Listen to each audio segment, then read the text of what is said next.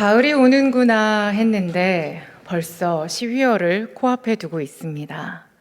가을은 추수와 감사의 계절이기도 하지만 요맘때를 두고 고독의 계절, 남자의 계절이라고도 부르지요. 또 트렌치코트를 입고 우스를 느끼는 계절이기도 한 것 같습니다. 외로움을 타는 이들은 이 깊어져가는 가을의 우수를 느끼고 또 함께 감정의 소용돌이에 빠져 한참이나 침륜에 들어가기도 합니다. 사람은 본디 다른 사람 눈에는 다 갖춘 것처럼 보이지만 문득문득 근원적인 공허함을 느끼며 또 외로움을 체감하며 사는 것 같습니다. 그래서 정호승 시인은 그대 울지 마라, 외로우니까 사람이다. 살아간다는 것은 외로움을 견디는 일이다 라고 썼습니다. 그렇습니다. 누구나 외로움을 느끼며 삽니다. 그러나 이 외로움이란 마음의 상태는 만만치 않습니다. 해결 안 된 채 그대로 두면 인간을 집어 삼켜버리기도 하기 때문입니다. 외로움을 극복하기 위해 많은 이들이 무언가를 채우기 위하여 저마다의 노력을 합니다.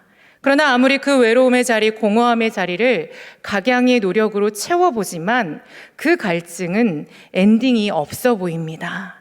매 순간 현재 진행형인 것 같지요. 이러한 갈증의 근원적인 요인은 주로 결핍에서 옵니다. 뭔가 부족하고 결핍이 있으면 인생은 갈증을 마주하게 되지요. 인정의 결핍, 관계의 결핍, 성취의 결핍, 또 환경의 결핍. 제가 가만히 살아왔던 시간들을 지나쳐 보면서 회상했을 때에도 청소년기 때는 좋은 친구들이 옆에 있어주면 좋고 선생님과 주위의 인정에 갈증을 느낍니다. 청년기에 갔더니 뭐가 공허한가 봤더니 안정적인 대학 생활을 잘해서 좋은 곳으로 취업해야 하는 것을 바라보며 나아갑니다. 30대쯤, 아직 30대가 다 되진 않았지만 뭔가 채워지지 않는 것이 있으니 이제 나의 반쪽을 찾아서 이 외로움과 근원적인 갈증을 해결해야겠다고 생각을 했습니다. 그래서 기도했지요. 주님, 저에게도 인생의 반쪽을 찾아주십시오. 저보다 신앙이 큰 사람을 주십시오. 제가 키가 작으니 키 큰 남자를 만나게 해주십시오. 그랬더니 정말 기도대로 신앙도 크고 거기다 키가 큰 사람을 떡하니 제 앞에 주셨습니다. 그런데 결혼하고 보니 이 외로움이 다 채워질 것 같았지만 외로움이 채워지지 않았습니다.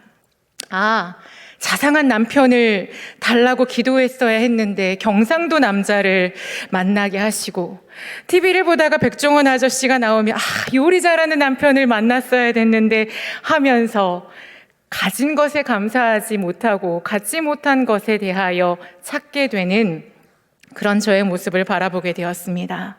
물론 인생을 살면서 때때로 바라던 바가 충족되면 잠깐은 즐겁고 기뻐하며 사라지지만 인생을 살면서 매 순간 부족한 것, 내게 없는 것들이 너무나도 많기에 이러한 갈증들은 계속 생겨납니다. 그렇기에 살면서 이 갈증을 벗어날 힘을 외부에서 찾는 것이 아니라 내면에서 답을 찾아야 한다는 것이지요. 세계적인 신학자이자 수학자인 파스칼은 우리를 만드신 하나님이 인간의 내면, 마음 깊은 곳에 어떠한 것으로도 채울 수 없는 공간 하나를 만들어 두셨다고 합니다. 그 공간을 무엇으로 채우는가가 아마도 인간의 갈증을 풀 수 있는 열쇠가 될 것 같습니다. 오늘 본문은 갈증이라는 근본적인 고민을 가지고 있는 사마리아 여인을 향해 가시는 주님이 등장하고 계십니다. 요한복음 4장 3절에서 4절 말씀을 함께 읽어보도록 하겠습니다. 유대를 떠나사 다시 갈릴리로 가실새 사마리아를 통과하여야 하겠는지라. 네, 사마리아를 통과하려고 하는데 사마리아인의 유래는 이렇습니다. 주전 722년에 북왕국 이스라엘은 북방의 강대국이었던 아수르 제국에 의해서 멸망당하게 되었습니다. 이때 아수르는 쌍방향 이민 정책을 펴게 되는데요. 아수르는 사마리아 지역에 거주하던 이스라엘 사람들을 포로로 끌고 갔고, 그 대신 아수르가 점령한 여러 지역의 사람들을 또 사마리아에 보내어 살게 합니다. 이때 그 땅에 남아있던 이스라엘 사람들과 이주해 온 이방인들이 통혼하여 사마리아인이라는 혼혈 족속이 생겨나게 됩니다. 사마리아인들은 자기들도 선민의 조상, 야곱의 조상이라고 여겼지만 유대인들은 사마리아인들을 같은 선민으로 인정하기를 거부했습니다. 유대인들의 입장에서 볼 때 사마리아인은 이방인들에 의해서 선민의 순수성이 더럽혀진 저주받은 족속에 불과했기 때문입니다. 그래서 지도를 한번 보여주시겠어요? 전통 유대인들의 유다 지역에서 갈릴리 지역으로 갈 때 사마리아를 통행하면 금방 갈 수 있는데도 발을 더럽히지 않기 위해서 일부러 먼 길을 에둘러 가곤 했습니다. 그러나 예수님께서는 유대에서 갈릴리로 가시면서 사마리아를 통과하기로 하십니다. 예수님께서 이렇게 결정하신 까닭은 무엇일까요? 아마 이어지는 사역 중에 쉼이 필요했어서일지도 모르고, 하지만 무언가 목적이 있으셨던 것 같습니다. 여기에는 예수님께서 당시 유대인의 편견에 동조하지 않으셨다는 점도 있지만 그보다 더 직접적인 까닭이 있었습니다. 그것은 사마리아인들을 목자 잃고 방황하는 양처럼 여기시고 그들에게도 구원을 베풀기 위한 그러한 길을 열어주기 위함이었지요.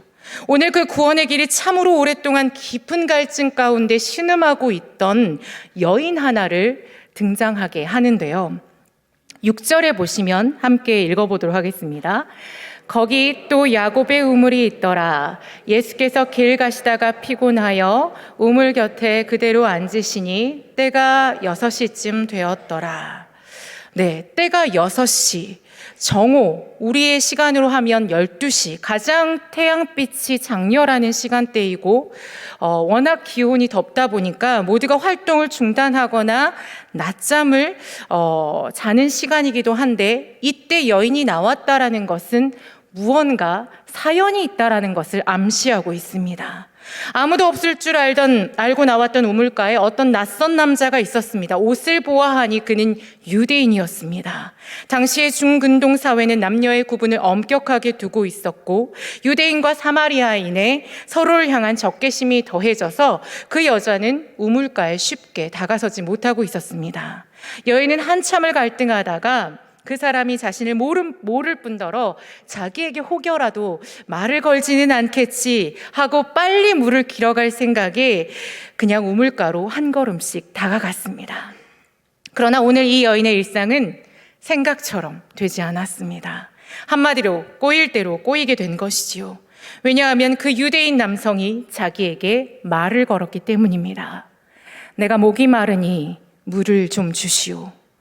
이 여인은 매우 당황했습니다. 서로가 얘기를 나누지 않는 것이 미덕일 뿐더러 나누고 싶은 마음도 없었기 때문입니다. 그래서 이 사마리아 여인은 상대편의 남자가 잠시 잊고 있는 사실을 일깨워주기 위해 말하지요. 당신은 유대인 남자로서 어떻게 사마리아 여자인 나에게 물을 달라고 말할 수가 있습니까? 여인은 그렇게 남성과의 대화를 단절하려고 했습니다. 그러나 예수께서는 이 여인을 만나기 위해 일부러 예루살렘에서 새벽부터 발걸음을 서두르셨습니다. 그러니 여인의 요구를 순순히 들어주실 리 만무했지요. 예수님께서는 그녀의 인생에 변화를 가져다 주시기를 원했습니다. 그녀의 아픔을 이미 아셨고 그 인생을 기꺼이 변화시키고자 모든 사회적인 통념을 넘어서 그녀에게 다가오셨습니다. 이처럼 주님이 우리에게 다가오는 모습은 종종 우리의 예상을 뛰어넘고 뜻밖의 모습으로 찾아오십니다. 우리는 항상 그분과의 만남을 상식선에서 규정 지으려고 하지만 그분께서는 그런 것에 구애받지 않으십니다. 예수님께서는 그녀의 삶에 있는 예환을 물이라는 상징적인 매개체를 통하여 그녀와 만나시고 그녀의 삶을 돌아보시며 그녀의 삶을 변화시키기를 원하셨습니다. 우리 10절의 말씀을 한번 보도록 하겠습니다. 함께 읽겠습니다. 예수께서 대답하여 이르시되 내가 만일 하나님의 선물과 또 내게 물 좀 달라 하는 이가 누구인 줄 알았더라면 내가 그에게 구하였을 것이요 그가 생수를 내게 주었으리라. 아멘. 조금 전까지 여인에게 물을 달라고 했던 예수님은 갑자기 자신이 생수를 가지고 있다고 말씀하십니다. 이 여인은 예수님의 말씀을 이해하지 못합니다. 도대체 무슨 말을 하고 있는 거지? 물 길을 두레박도 없어서 내게 물을 구했던 분이 생수를 얘기하니 무슨 말인가? 여기서 우리는 유대인들이 생각하는 물의 개념을 알 필요가 있습니다. 유대교는 물을 구별할 때 생수와 생수가 아닌 것으로 구별합니다. 이는 물의 깨끗함이나 맛과는 전혀 상관이 없습니다. 그들이 말하는 생수란 비, 샘, 시내, 강과 같은 하나님으로부터 직접 지어진, 직접적으로 온 물을 가리킵니다. 그 물은 하나님으로부터 온 물이었기 때문에 부정한 것을 정결하게 하는 힘을 가졌다고 믿었지요. 이 여인의 삶은 매우 망가져 있었습니다. 어떠한 연유인지 몰라도 여러 명의 남자와 이혼과 혼인을 반복하며 살았습니다. 사람들은 그런 그녀의 부도덕성을 비난했고 그녀와 마주하려 하지 않았습니다. 결국 부끄러운 삶을 살았던 이 여인은 사람들을 피해서 아무도 오지 않는 시간에 물을 기르러 와야 했던 것이지요. 만일 저 랍비가 말한 것처럼 이 야곱의 우물이 아닌 다른 곳에서 물을 기를 수만 있다면 이렇게 스트레스 받거나 눈치 보지 않고 물을 기를 수 있을 텐데 라고 생각했지만 아무리 생각해도 그 지역에서는 다른 물을 얻을 수 있는 장소가 없었습니다.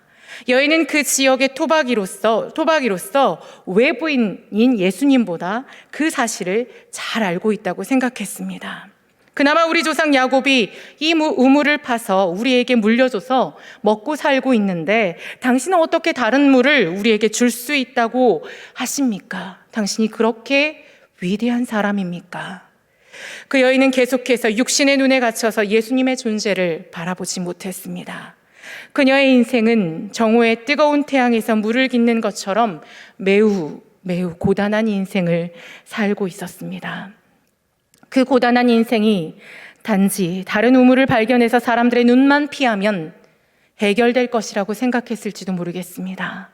그러나 주님의 생각은 달랐습니다. 그녀에게 필요한 것은 사람들과 멀어져 단지 부끄러움을 감추기 위한 물리적인 물이 필요한 것이 아니라 그의 부정하고 힘들고 짓눌려져 있는 인생을 완전하게 정갈하게 해줄 수 있는 영적인 생수가 필요함을 지적하셨습니다.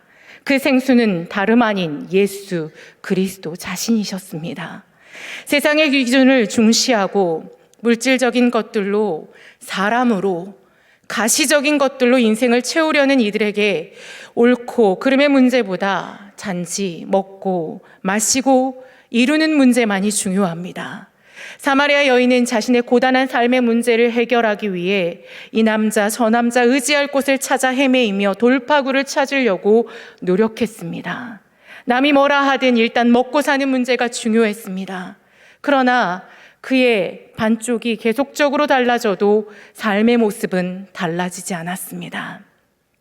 그러나 주님과의 만남은 모든 것에 변화를 가져왔습니다. 주님은 여인에게 어떠한 물리적인 것을 주지 않으셨습니다.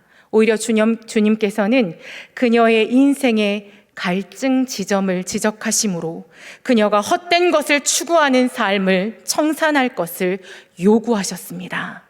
그것은 두렵고 떨리는 일이었지만 인생의 변화를 위해서는 반드시 해야만 하는 일이었습니다.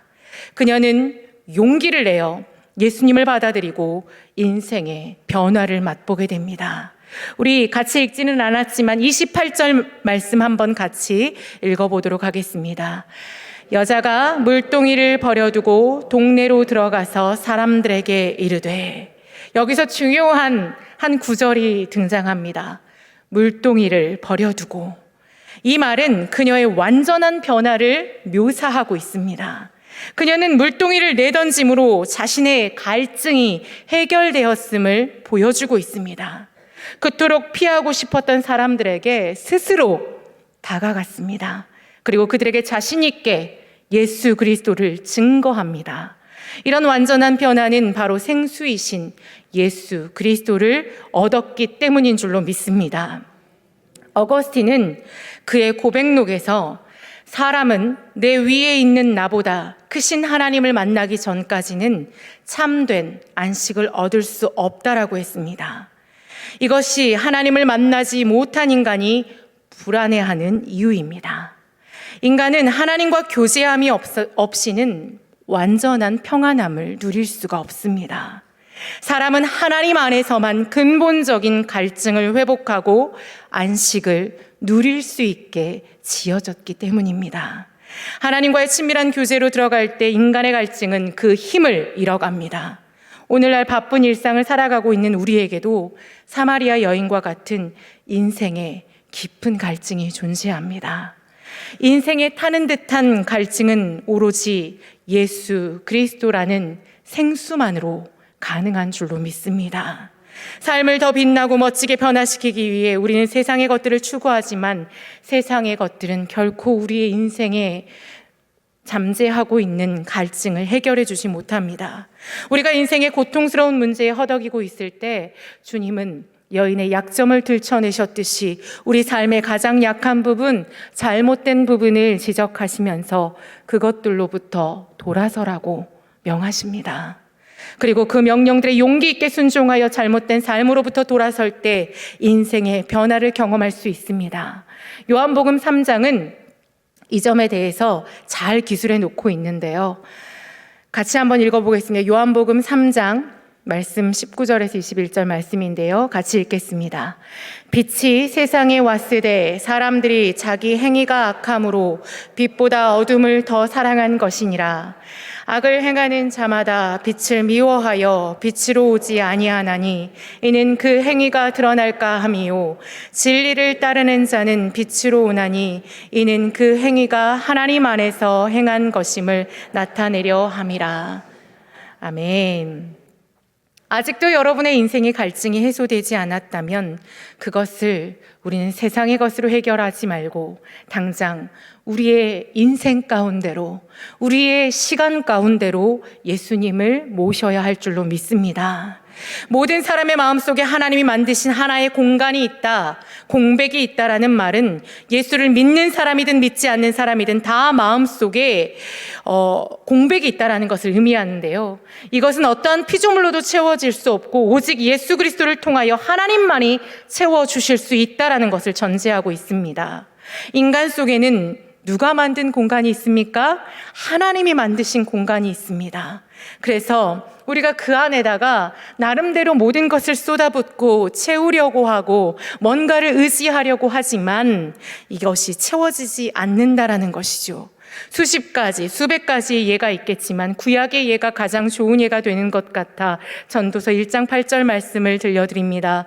만물의 피곤함을 사람이 말로 다 할 수 없나니 눈은 보아도 족함이 없고 귀는 들어도 차지 아니하는도다. 여인은 주님에게 계속해서 궁금증을 토로합니다. 야곱이 이 우물을 주셨는데 어찌 생수를 주신다 하십니까? 그녀의 대답에 주님은 이 물을 마시는 자마다 다시 목마르려니와 내가 주는 물을 마시는 자는 영원히 목마르지 아니하리니 내가 주는 물은 그 속에서 영생하도록 솟아나는 샘물이 되리라 라고 답하십니다. 예수님은 여인이 말한 야곱의 우물의 역사가 2000년이 되어서 신비의 우물이며 이스라엘 역사를 대표하고 기념할 만한 우물이라 할지라도 그 우물에서 길어올린 물을 먹으면 다시 목마르게 된다라는 사실을 말씀하고 계십니다. 기나긴 역사와 유구한 세월이 해결해 줄 수 없는 목마름을 우리는 매 순간 목도해 왔습니다. 이 세상의 모든 문명과 문화, 인간의 철학과 과학이 해결해 줄 수 없는 갈증과 마주했다라는 것이죠. 그것은 영생에 대한 목마름이며 갈증입니다. 인류의 문명이 시작된 곳이 있었습니다. 이집트와 메소포타미아와 인더스와 황하 문명이었습니다. 인류 문명의 시작은 인간의 영원한 숙제인 영원한 생명, 불멸에 대한 목마름에서 시작합니다. 그런데 문명의 끝은 해결할 수 없는 목마름과 갈증 앞에서 고개를 숙이고 결국 죽음과 무덤으로 그 끝을 장식했습니다. 사마리아의 여인이 말한 메소포타미아 문명의 한 흐름인 야곱의 우물도 역시 마찬가지입니다. 예수님은 모든 문명이 해결하지 못하고 모든 인류와 역사와 종교가 해결하지 못한 영원한 생명에 대한 문제를 해결하기 위하여 오셨다라는 것입니다. 예수님이 주시는 물은 바로 자기 자신이십니다. 십자가에서 흘리신 피와 죽으심 그리고 부활을 상징하고 있습니다. 예수님은 자신을 우리에게 그러한 물로 주셨습니다. 예수님을 주와 그리스도로 믿고 우리의 삶 속에 주님을 영접하고 매 순간 나의 갈증을 주님의 이름으로 믿고 회복하려 할 때 예수님은 우리 안에서 영생을 향하여 솟아나시는 샘물이 될 줄로 믿습니다. 여인은 예수님의 말씀을 듣고 흥분하여 정말 그런 물이 있다면 주셔서 목마르지 않게 해주시고 다시는 물을 기르러 우물에 나오지도 않게 해달라고 말합니다. 그런 그녀에게 주님은 가서 내 남편을 불러오라 라고 말씀하십니다. 갑자기 화제를 바꿔서 여자의 가정 문제를 수면 위로 떠올리십니다. 왜 예수님은 갑자기 남편의 문제를 이야기하셨을까요? 예수님은 영적인 이야기를 하는데 이 여인은 육적인 것으로 받아들이니 예수님과 대화가 통하지 않았던 것이지요. 예수님은 생명의 물인 예수님 자신을 이야기하시는데 여인은 자꾸 우물에서 길어 올린 물을 생각하니 핀트가 안 맞는 겁니다. 제자들이 성령을 받고 온전히 성령의 사람으로 변화되기 전에는 예수님과 대화 또한 역시 불통이었습니다. 예수님은 계속적으로 하나님의 나라를 말씀하시는데 제자들은 이스라엘의 왕국을 생각하고 있었으니 얼마나 답답하셨을까요? 예수님은 여인의 아픈 상처를 들추어내므로 예수님을 똑바로 바라볼 수 있게 하십니다. 여인이 대답합니다. 나는 남편이 없나이다. 실상 이 여인은 남자와 함께 살지만 법적인 남편이 없었지요. 그러나 예수님이 남편을 데리고 오라 하시니 여자는 솔직하게 남편이 없다라고 말합니다. 실상 남편이 아닌 남편은 이 여인에게 숨겨진 결핍의 중심지였고 남편 아닌 남편을 예수님에게 드러내는 것은 죄의 치부를 드러내는 것과 같았습니다. 그러나 바로 그 자리, 우리 죄악이 드러나는 바로 그 자리가 치유의 시작점이기도 합니다. 그래서 내가 남편이 없다고 하는 말이 옳도다. 너에게 남편 5이 있었고 지금 있는 자는 너의 남편이 아니니 내 말이 참되도다 라고 말씀하십니다. 내 말이 옳도다는 내가 정직하게 말했다로 번역할 수도 있습니다. 예수님께서 이 여인을 정직하고 진실하다고 결론을 내리신 이유는 무엇일까요? 이전에 5명의 남편들과 사별했는지 이혼했는지 그것은 알 수 없지만 실상 이 여인은 자신의 과거를 숨기고 살 만큼 떳떳하지 못했고 문제가 있었습니다. 가면을 쓰고 살았다고도 볼 수 있지요. 또 한편으로 고대 그리스어에는 남편과 남자를 동일한 단어로 사용하고 있음을 고려할 때 여인이 거쳐간 5명의 남편 혹은 남자는 한 번도 제대로 된 남편을 만나보지 못했을 수도 있다.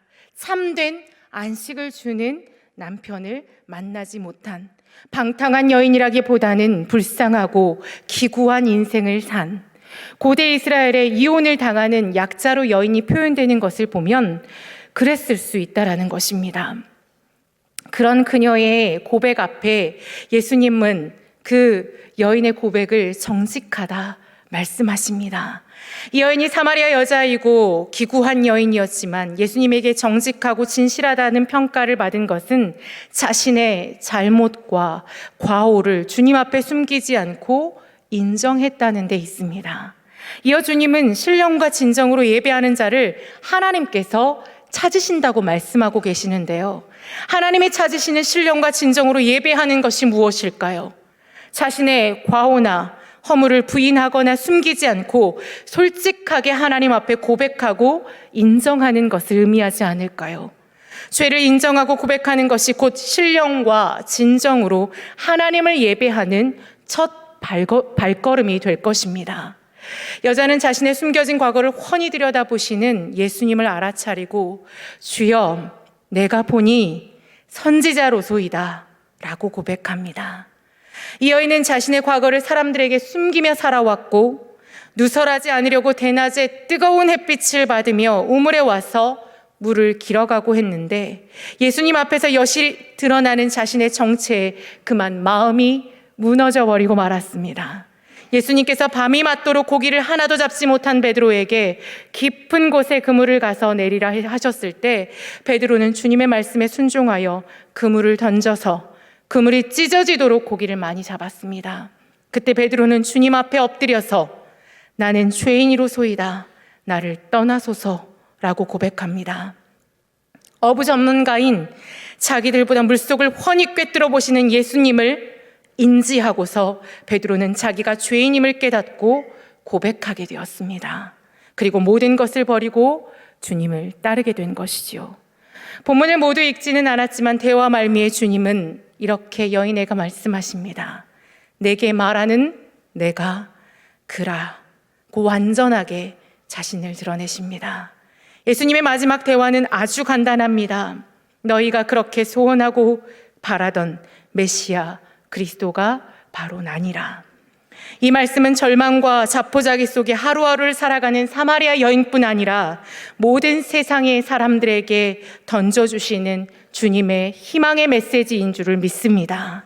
여러 결핍과 갈등으로 신음하고 몸서리치는 답을 알 수 없어서 고꾸라지고 넘어지는 우리의 인생 가운데 찾아오신 이가 있으니 그는 모든 인류가 그렇게 소망하고 기다리던 메시아 예수 그리스도입니다.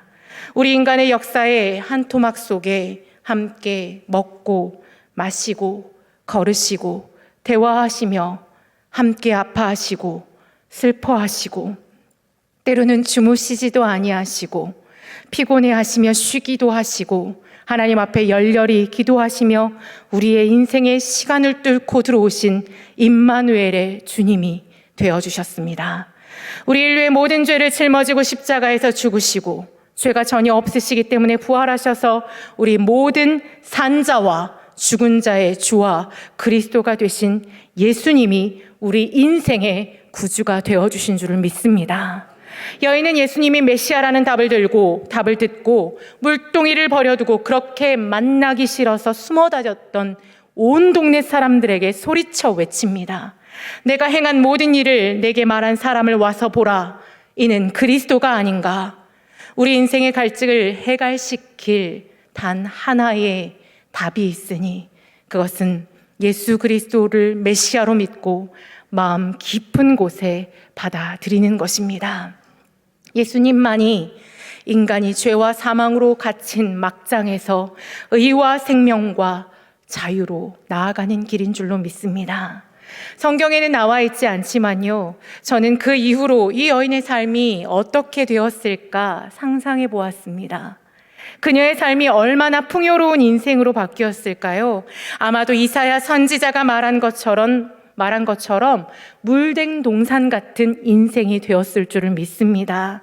이사야는 말합니다. 여호와가 너를 항상 인도하여 메마른 곳에서도 내 영혼을 만족하게 하며 내 뼈를 견고하게 하리니 너는 물된 동산 같겠고 물이 끊어지지 아니하는 샘 같을 것이라. 말씀대로 그녀의 인생의 후반전은 완전한 채움을 경험했으리라 믿습니다. 우리 더 이상 채워도 만족함이 없는 세상의 것을 바라보지 아니하고 예수님으로 충분한 믿음을 이 연말연시에 다시 오실 예수님을 기다리는 대림을 앞두고 회복할 수 있기를 주님의 이름으로 축복합니다. 우리의 마음은 하나님 안에서 쉼을 찾기 전까지는 언제까지나 불안하고 목마를 것이기 때문입니다. 예수님보다 작은 것에서 쉼을 찾으려 하지 말고 예수님으로 완전한 쉼을 누리는 인생이 되어지기를 주님의 이름으로 축복합니다. 이 연말에 우리의 입술 가운데 예수님으로 충분합니다 라는 고백이 선포될 수 있기를 소망하는데요, 저는 얼마 전에 이제 책 한 권을 읽으면서 제 안에 도전이 있었던 책이 있었어요. 근데 그 책 가운데 이런 예수님으로 충분합니다라는 작가가 미상인 누군가가 쓴 글이었는데요. 이렇게 써 있더라고요. 저의 고백이 되기를 원하고 우리 성도님들의 고백이 되기를 원합니다. 예수님이 강하시니 나는 약해도 괜찮다. 예수님이 승리하시니 나는 져도 괜찮다.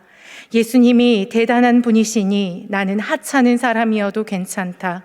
예수님이 특별하시니 나는 평범해도 괜찮다. 예수님이 성공하셨으니 나는 실패해도 괜찮다. 이 역설의 신앙이 단단해질 때 세상에 속해 있으나 세상이 삼키지 못하는 영원한 삶을 선물 받은 자로 살아갈 수 있을 줄을 믿습니다. 이 귀한 연말 연시를 보내면서 우리 안에 예수님으로 충분합니다 라는 고백을 선포하시는 귀한 성도님들이 되시기를 주님의 이름으로 축복합니다.